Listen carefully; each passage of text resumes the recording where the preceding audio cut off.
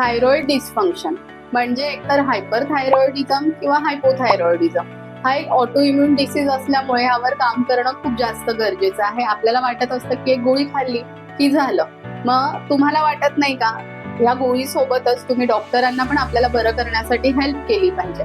तर काय बरं करायचं? आपल्या माधवबागच्या थेरपीज आहेत थायरॉइडिझमसाठी, तर त्या खूप छान प्रकारे काम करतात.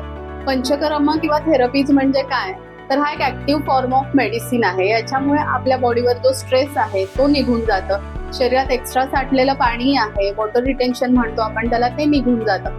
याच्यामध्ये जो बस्ती वापरला जातो तो डायरेक्ट आपल्या थायरॉइड ग्रंथीवर काम करतो आणि जो हार्मोनल इम्बॅलन्स निर्माण झालेला आहे त्याला पूर्ववत व्यवस्थित करून टाकतो.